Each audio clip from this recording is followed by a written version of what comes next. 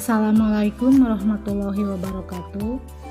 Bertemu kembali dalam pelajaran ilmu pengetahuan alam bersama Ibu Pupu Purwanti. Sebelum memulai, mari kita bersama-sama mengucapkan Bismillahirrohmanirrohim. Apa kabar kalian? Semoga semuanya ada dalam keadaan sehat walafiat, sehingga dapat mengikuti pembelajaran ini dengan baik. Jangan lupa anak-anak untuk mengisi kehadiran hari ini di Google Classroom ya. Alhamdulillah, setelah kemarin kita melaksanakan penilaian harian bab 7 tentang tekanan zat dan penerapannya dalam kehidupan sehari-hari, sekarang kita melanjutkan ke bab berikutnya, yaitu bab 8 tentang sistem pernapasan manusia. Kompetensi dasarnya adalah 3.9. Menganalisis sistem pernapasan pada manusia dan memahami gangguan pada sistem pernapasan serta upaya menjaga kesehatan sistem pernapasan. 4.9. Menyajikan karya tentang upaya menjaga kesehatan sistem pernapasan. Tujuan pembelajaran hari ini adalah setelah mengikuti pembelajaran sistem pernapasan manusia, diharapkan kalian mampu 1. Memahami dan mengidentifikasi organ pernapasan. 2. Memahami mekanisme pernapasan. 3. Memahami berbagai gangguan pada sistem pernapasan. Sekarang kita masuk ke materi A. Struktur dan fungsi sistem pernapasan manusia. Respirasi adalah proses pertukaran gas yang terjadi di dalam tubuh makhluk hidup. Bernapas merupakan proses menghirup udara, yaitu memasukkan gas oksigen ke dalam tubuh dan menghembuskan nafas dengan mengeluarkan gas karbon dioksida keluar tubuh manusia yang melibatkan pertukaran udara dari atmosfer dengan alveolus. Organ pernapasan manusia. Anak-anak bisa lihat di sini ada gambar sistem pernapasan pada manusia yang terdiri dari 1. Hidung, 2. Faring, 3. Laring, 4. Trakea, 5. Bronkus, 6.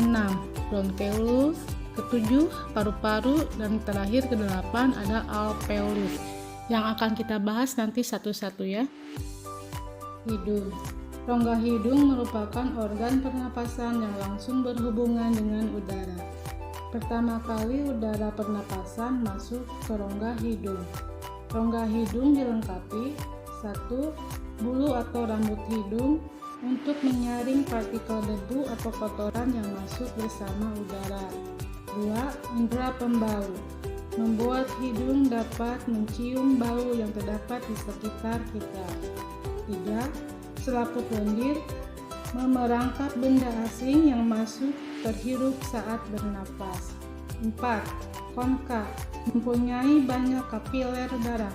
Kapiler darah ini berfungsi untuk menyamakan suhu yang terhirup dari luar dengan suhu tubuh atau menghangatkan udara yang masuk ke paru-paru.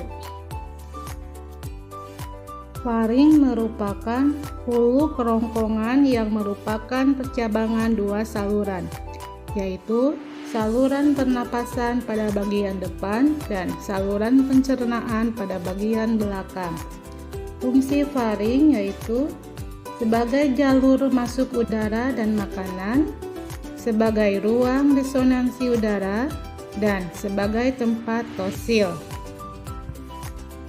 Laring merupakan organ pernapasan penghubung faring dan trakea. Di dalam laring terdapat epiglotis dan pita suara. Epiglotis adalah kutub tulang rawan dilapisi sel-sel epitel. yang berfungsi untuk menutup laring sewaktu menelan makanan dan minuman. Trakea sebagai penghubung laring dengan bronkus. Panjang trakea antara 10 sampai 12 cm dan lebar 2 cm.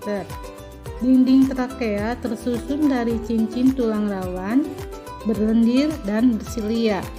Silia atau rambut getar berfungsi menyaring benda asing yang masuk ke saluran pernapasan. Fungsi dari trakea yaitu untuk menyediakan tempat bagi udara yang dibawa masuk dan udara yang dikeluarkan. Bronkus menghubungkan trakea dengan paru-paru. Bronkiolus merupakan percabangan dari bronkus. Ujung-ujungnya terdapat gelombang-gelombang yang sangat kecil berdinding tipis yang disebut alveolus. Paru-paru merupakan alat pernapasan utama yang dibungkus oleh selaput yang disebut pleura yang berfungsi untuk melindungi paru-paru dari gesekan saat menghembus dan mengempis. Alveolus merupakan tempat terjadinya pertukaran udara, yaitu pertukaran oksigen dengan karbon dioksida. 2. Mekanisme pernapasan manusia. Satu kali bernapas merupakan kegiatan satu kali menghirup udara dan satu kali menghembuskan udara. Mekanisme pernapasan terdiri dari dua, ada pernapasan dada dan pernapasan perut. Pada pernapasan dada, otot yang berperan adalah otot interconstalis atau otot antar tulang rusuk. Sedangkan pada pernapasan perut, otot yang berperan adalah otot diafragma. Proses yang terjadi adalah yang pertama, pernapasan dada. Saat inspirasi atau udara dihirup, otot interkostalis berkontraksi, tulang rusuk terangkat, rongga dada membesar tekanan, udara dalam dada menurun, paru-paru mengembang. Tekanan udara dalam paru-paru lebih rendah daripada tekanan udara luar, sehingga udara masuk ke paru-paru. Saat ekspirasi atau udara dihembuskan, otot interkostalis berelaksasi, tulang rusuk menurun, rongga dada mengecil, tekanan udara dalam dada meningkat, paru-paru mengempis. Tekanan udara dalam paru-paru lebih tinggi dibandingkan dengan tekanan udara luar, sehingga udara keluar dari paru-paru. Pernapasan perut. Saat inspirasi atau udara dihirup, otot diafragma berkontraksi. Diafragma menjadi datar, rongga dada membesar, paru-paru mengembang. Tekanan udara dalam paru-paru lebih rendah daripada tekanan udara luar, sehingga udara masuk ke dalam paru-paru.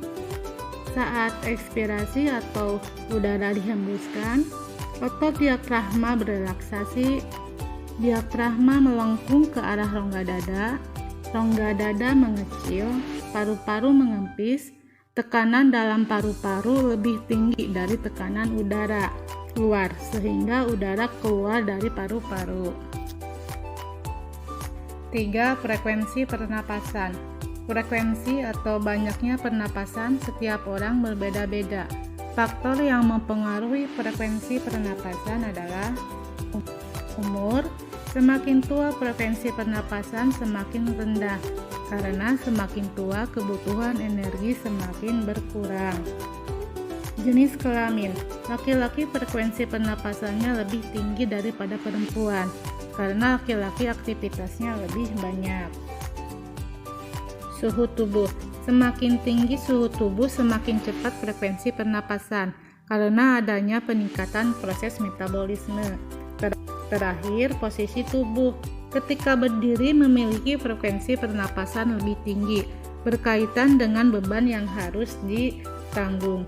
Otot-otot kaki harus berkontraksi untuk menghasilkan tenaga yang dibutuhkan tubuh untuk tetap tegak berdiri. 4. Volume pernapasan. Macam-macam volume udara yang digunakan dalam pernapasan terdiri dari volume tidal, yaitu volume udara yang keluar masuk paru-paru saat tubuh melakukan inspirasi atau ekspirasi biasa. Besar volumenya 500 ml atau 0,5 liter. Kedua, volume cadangan ekspirasi, yaitu volume udara yang masih dapat dikeluarkan secara maksimal dari paru-paru setelah melakukan ekspirasi biasa, banyaknya sebesar 1.500 ml. 3.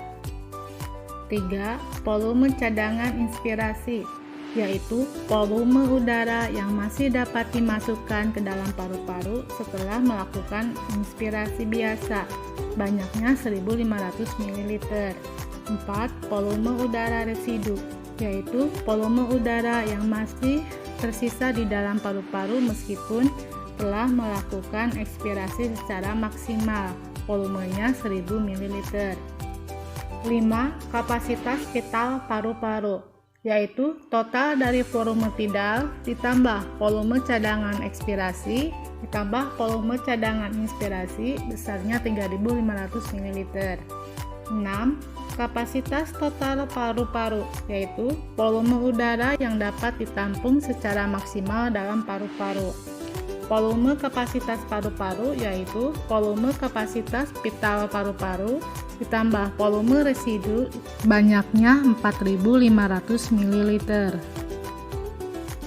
Lanjut ke bagian B, yaitu gangguan pada sistem pernapasan, yang terdiri dari asma, pneumonia, kekurangan oksigen, tuberkulosis atau TBC, kanker paru-paru, influenza, tonsilitis, faringitis, yang akan dibahas satu persatu. Asma merupakan kelainan yang menyerang saluran udara pernapasan. Beberapa hal yang menyebabkan terjangkitnya asma antara lain oleh zat pemicu alergi, seperti asap rokok, debu, bulu hewan peliharaan, dan lain-lain. Benda-benda yang merupakan zat pemicu alergi tersebut menyebabkan terjadinya pembengkakan pada jalan udara. Pembengkakan yang terjadi pada saluran pernapasan menyebabkan penderita menjadi kesulitan untuk menghirup cukup oksigen. Pneumonia merupakan infeksi yang terjadi pada bronkiolus dan alveolus.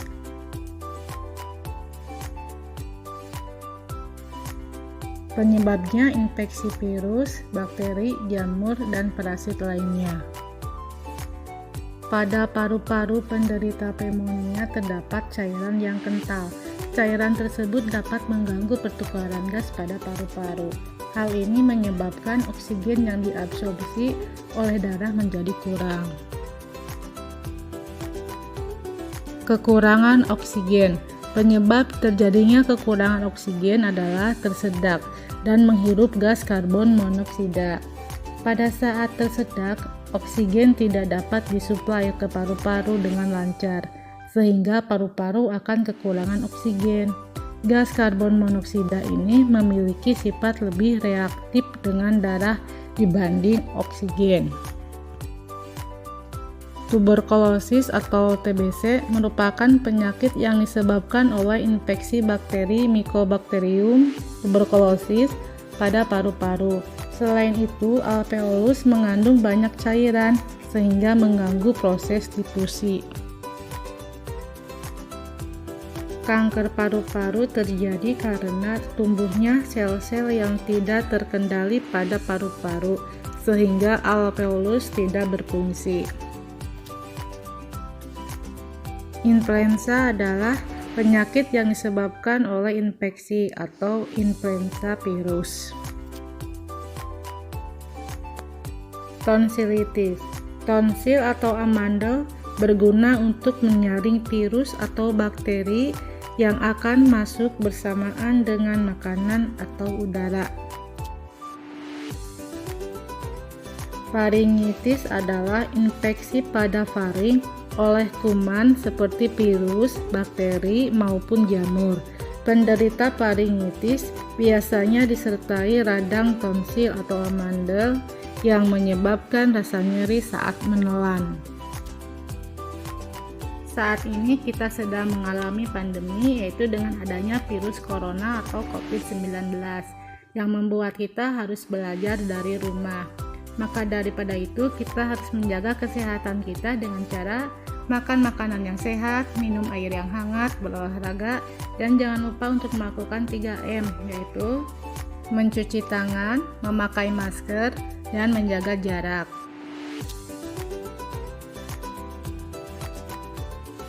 Alhamdulillah, pembelajaran hari ini sudah selesai. Kalian sekarang boleh mempersiapkan peralatan tulisnya ya. Selain dari video pembelajaran ini, kalian juga dapat melihat dari bahan ajar yang ibu kirimkan di Google Classroom. Kalian catat yang esensialnya saja.